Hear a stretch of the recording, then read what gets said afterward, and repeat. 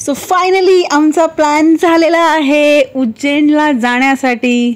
अथक प्रयत्न केल्यानंतर, नवऱ्याला खूप मस्का लावल्यानंतर, नवऱ्याच्या बड्डेसाठी त्याला सरप्राईज देण्यासाठी मी उज्जैनचा प्लॅन केलेला आहे.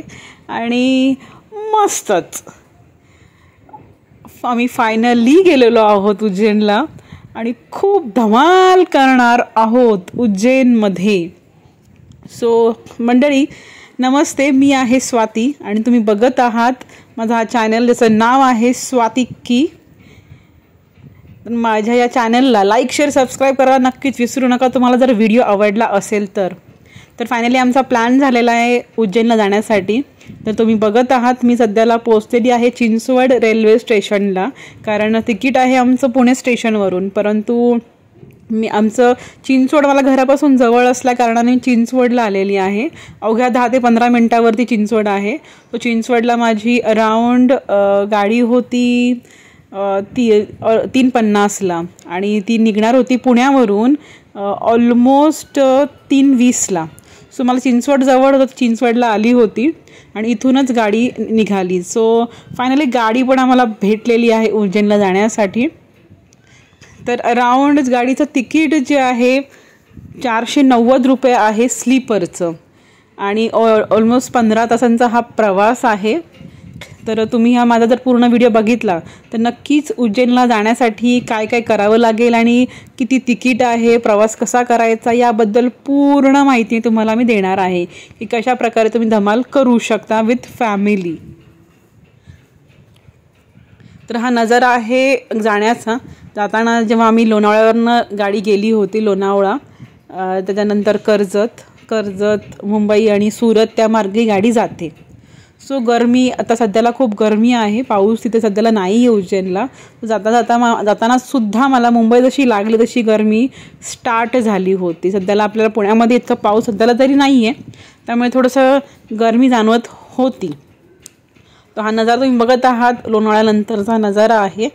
गाडी थोडी स्लो झाली होती पण खरंच आम्ही खूप धमाल केलेली आहे उज्जैनला.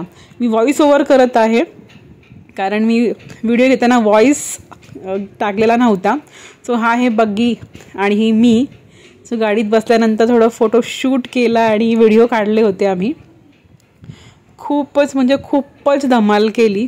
पण गरमी सोडता बाकी मजा आहे, मजा केली उज्जैनला. फायनली आम्ही महाकालला भेटलो आणि सकाळ झाली. सकाळी 6:30ला गाडी आमची पोहोचली उज्जैनला. फायनली 6:30ला आम्ही उतरलो आणि मी श्वास घेतला.